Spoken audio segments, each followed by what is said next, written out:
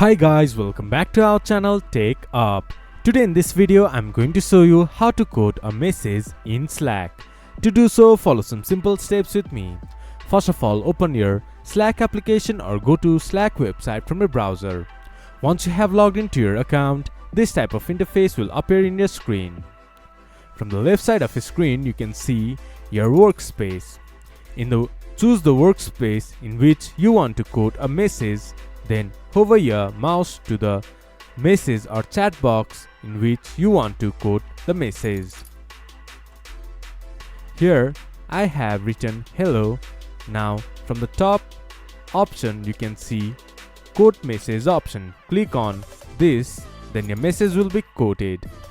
Or you can just simply press Ctrl Shift and 9. Then your message will be quoted. This is how you can quote a message in Slack.